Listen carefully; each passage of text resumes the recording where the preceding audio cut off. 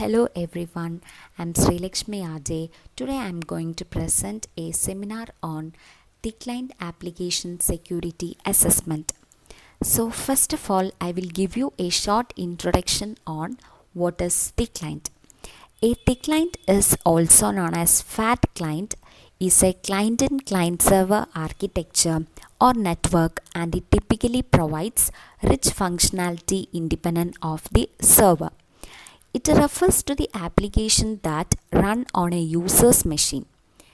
In this application, the client handles most of the business logic, which includes the validations, view components, and occasionally temporary data.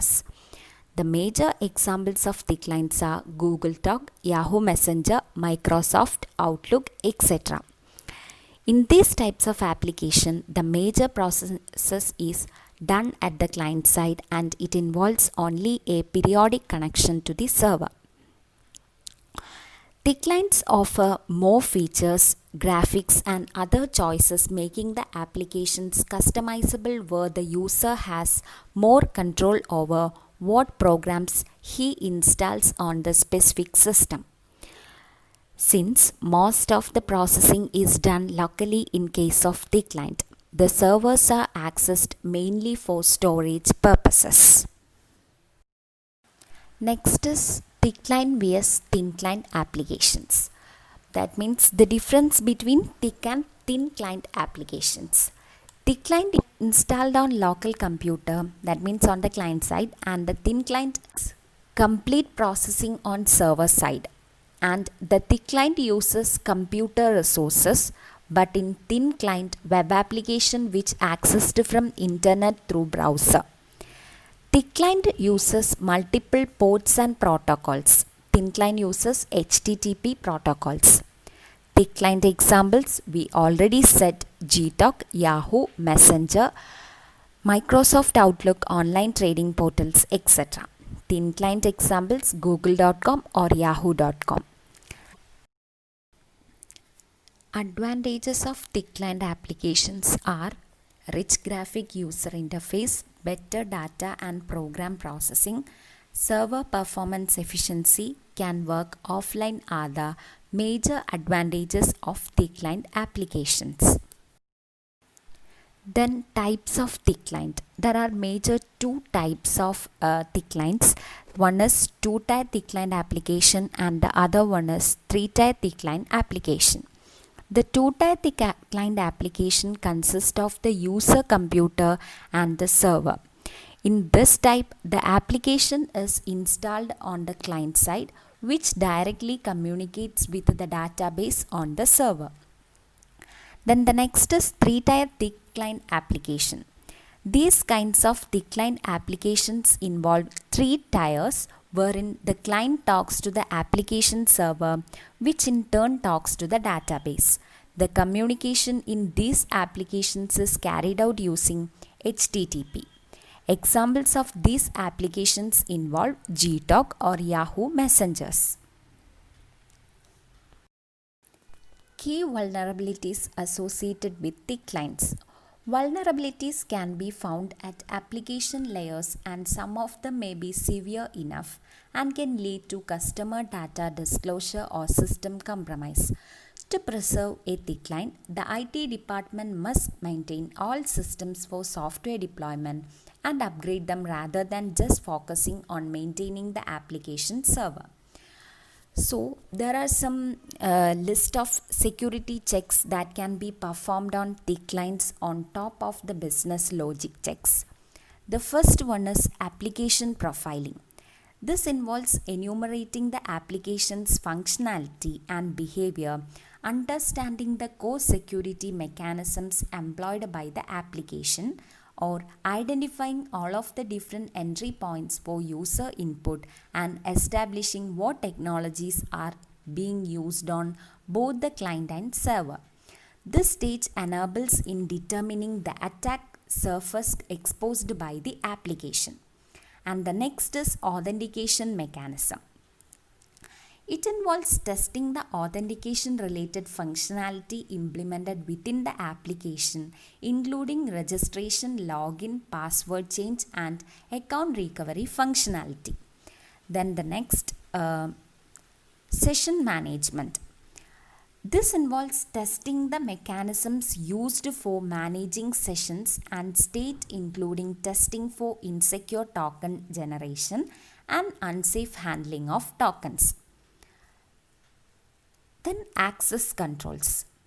This involves understanding the various access control requirements for the application and testing the implementation of access controls for defects leading to horizontal and vertical privilege escalation.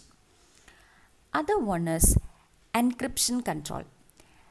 It involves the testing for weak SSL and TLS cipher suite usage, renegotiation vulnerabilities, improper cryptography implementation, protection of private key, and digital certificate related issues.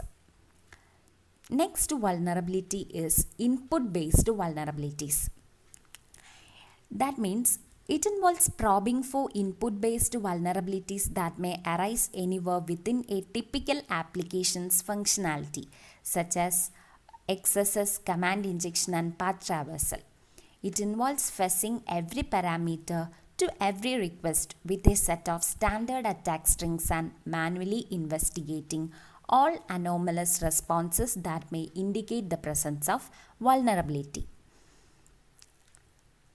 Business logic flows.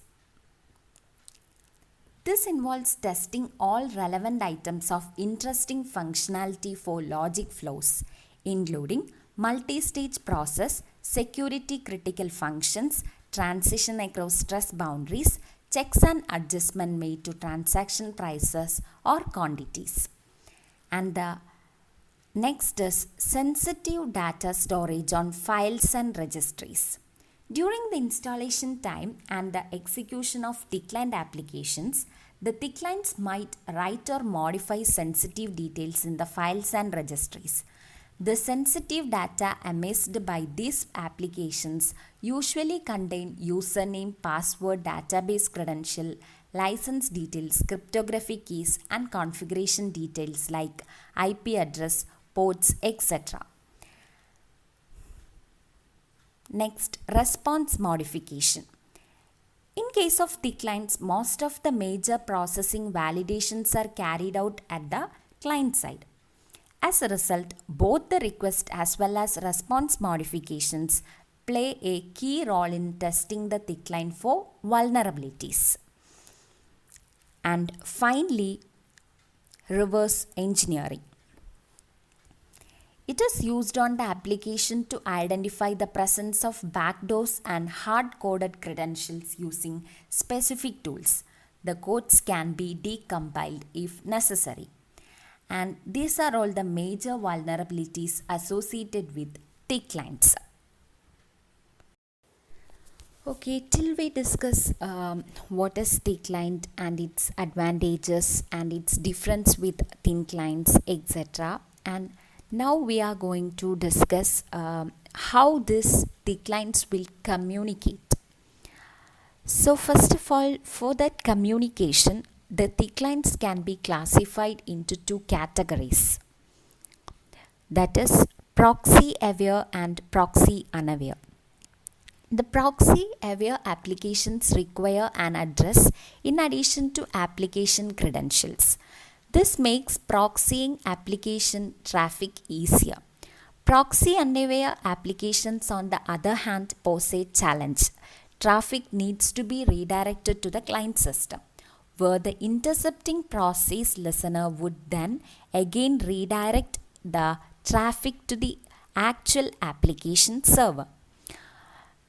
For proxy unaware applications, the application server's IP address and ports need to be figured out.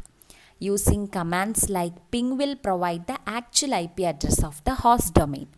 Using tools such as Wireshark or TCP dump, corresponding ports can also be determined. To redirect the traffic back to the system, where the intercepting proxy resides, the hostname or domain needs to be resolved to the loopback address. This can be ensured by making an entry within the host file. Using tools such as Burp Suite, an intercepting proxy should be configured to act as a loopback listener. The details about the IP address and ports obtained earlier can be used to redirect the traffic being intercepted to the application server. For traffic that use HTTP tools such as Burp Suite and for non-HTTP traffic tools such as Wireshark, Echo Mirage are useful. We can also use Java Snoop in case of Java-based platform and SOAP UI for SOAP request. Sometimes the clients will not send traffic to a given hostname or domain. In cases where the application directly uses the IP address of the application server, we can use Microsoft Loopback Adapter, which acts as a dummy network. Once the adapter has been installed, we can configure it with the address of the actual server. The intercepting proxy residing on the same machine can then hook the same address as that of the loopback adapter. If the once proxy tool starts intercepting, we have to forward this traffic to another instance of the proxy tool, which will reside on another machine, acting as our gateway to the actual application server. So this approach, however, is limited due to the constraint that two machines with separate intercepting proxy instances are required. So for that purpose, we need to discuss about the exact phases of the exploitation. And I think these will comprise of the following. That is, we entitled as the client and its securities. Let me discuss that thing. Next is the clients and their securities. First of all, we are discussing information gathering. Information gathering, it is a crucial step in penetration testing. In this phase, we need to gather all the possible information about the target application. Some of the common things that we need to do during information gathering phase of the client penetration test are exploring the complete functionality of the application. That means it is essential to understand the complete functionality of the application during a penetration testing. So, for that, we want to navigate through all the user interface elements possible using the credentials provided. And next, we want to know that how this application is building. Understanding how an application is built is useful in many ways. One of them is reversing the binary. So, for reversing that binary, we are using CFF Explorer can be used to identify the technology to build the application. Using CFF Explorer, we came to know that binary is built using Microsoft Visual Studio.NET. Next, we want to check what are the servers the client is communicating with. And this part is also essential to find out the servers that the application is communicating with while it is running. This information can be useful to assess the security of the remote host directly that the application is communicating with the TCP view, which has come from the sys internal suite. And it is also can be used to view the connection between the remote host and the local machines. Then the another way of finding out the same information is to use Wireshark. We can use it for capturing the packets while the application is running. The next we are checking how the files is being accessed. Here the applications might access files on the file system to read or write sensitive data from or to those files while the application is running. For this reason, it is important to understand which files are being accessed by the application. For that, we can use Process Monitor from sysinternal suite to accomplish it. The application appears to store or receive user credentials within the registry. This is an interesting piece of this information. Then the next phase of exploitation is traffic analysis. In any application, communicating with the backend would send some data to its backend components, web server, FTP server, database server, etc. Analyzing the data during transfer is crucial during the analysis of an application. Many applications perform data transit without enforcing any encryption. Though, here the concept of intercepting traffic of thick clients is not different than thin clients. The tools will differ depending on the protocols used by the application. Since these applications are non-proxy aware, the intercepting techniques also will slightly vary. Then how this HTTP traffic intercepting? Some applications might send non-HTTP traffic. Echo Mirage is an old tool that comes to the rescue when the application sends TCP traffic. And also we can analysis with this according to Wireshark. Another way of traffic analysis is to use Wireshark. Since the thick client application is running on the user's machine, any traffic generated by the application should be visible on the network interface. So we will be able to see the traffic being sent, though it is not possible with all the applications. It is a non-problem that many applications use SSL for authentication and then followed by clear text traffic for the rest of the request. In these cases also, analyzing the traffic will be useful. Then the next phase is insecure data storage. Insecure data storage has got more attention after the evolution of mobile applications. However, this is not new. Thick client applications are also prone to these vulnerabilities. Here, a sensitive data in registry is one of the most common vulnerabilities seen in Windows desktop applications. Developers often use the registry as a storage location for their client-side data storage needs. So for that, Redshot is a popular tool for analyzing these registry modifications. This tool comes handy in understanding registry changes in Windows machine before and after a specific instance. It is hard for us to check the new registry entries added or if modified without the help of such tools. So we can see a comparison of these features that allowed by the users to see the difference between two shots. Interestingly, there is a new registry key added and there are some new values added to this newly added registry key. These are the currently logged in user details. We can use the username, password, email ID and another in key called is logged in. Is logged in may be used as authorization check by the application. We will explore the attacks associated with this in a.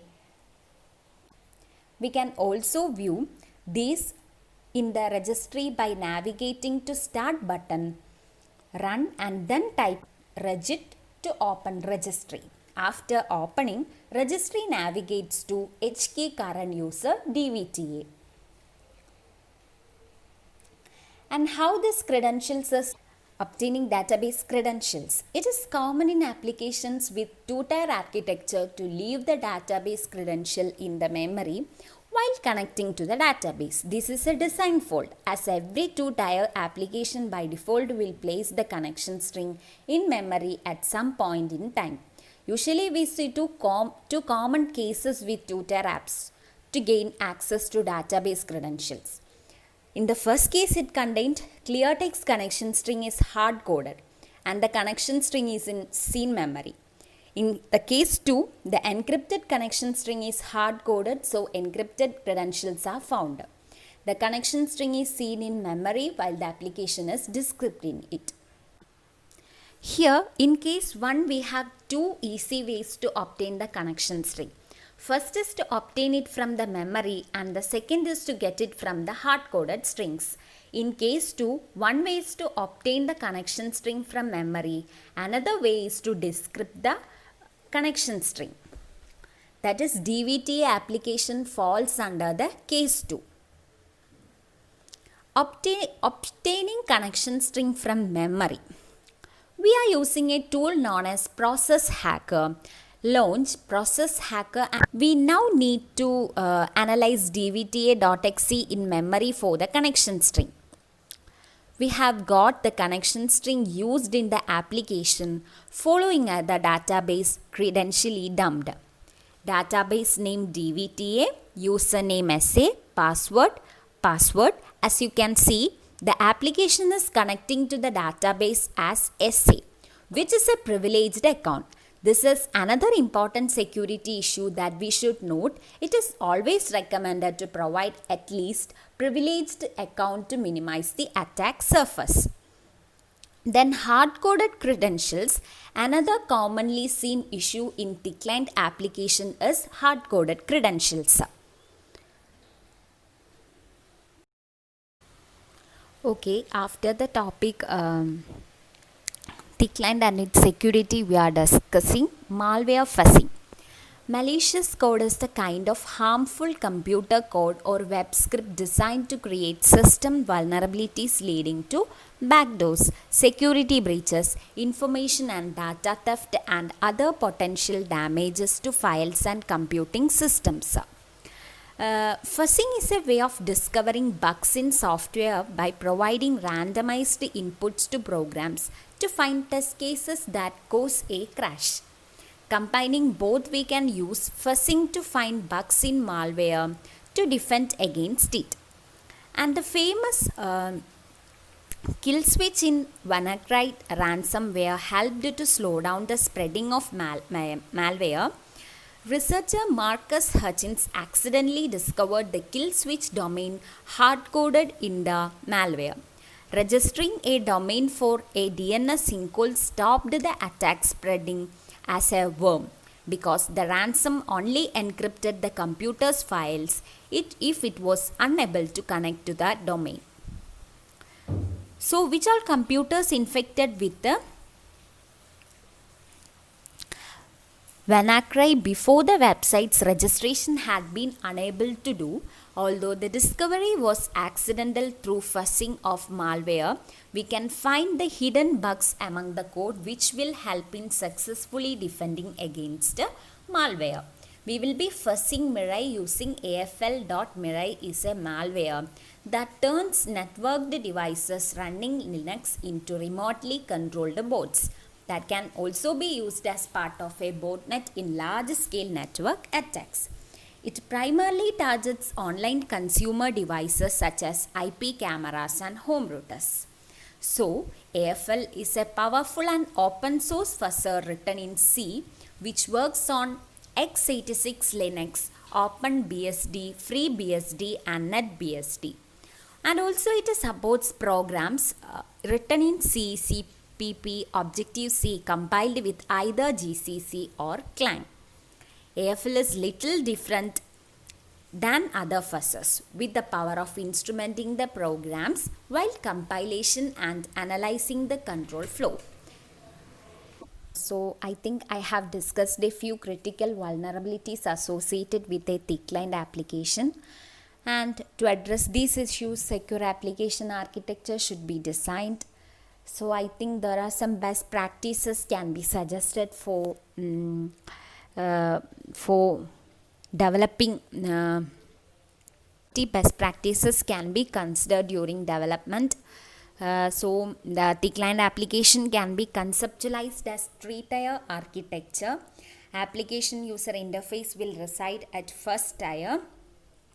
Application server which will perform the entire processing job will reside at second tier. Database server will come at the third tier to store data. Application UI to application server and application server to database server traffic should be protected to maintain confidentiality and integrity. Confidentially can be maintained using encryption algorithm like DES or 3DES, and application should validate all user inputs for length, special characters and code. Application should have provision to enforce proper authorization level to users on a need to know basis. Adequate audit and logging feature should be present and enabled in the application to log all transaction events including login attempts. And finally, the database should accept the connections only from the application server. The security related aspects appear still to be an open field of research and discussion for the IoT world, and the large number of possible solutions and the lack of de facto standard represent a security threat itself. So more discussion needs to be done on how effective fuzzing of malware can be and how we can use it to our advantage. I like to conclude my seminar.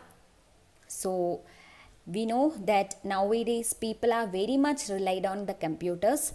Thick client applications are used in various scenarios, from communication of sensitive contents. The user as well as the application developers should be aware about the new threats which the application faces and how to mitigate against it. Based on the rate at which malware is increasing, it is clearly that we must investigate new ways of analyzing and combating its spread. The paper process a fuzzing technique through which bugs within the code can be found out to defend against malware. Such finding of bugs could significantly improve the chance against malware attacks. So, thank you.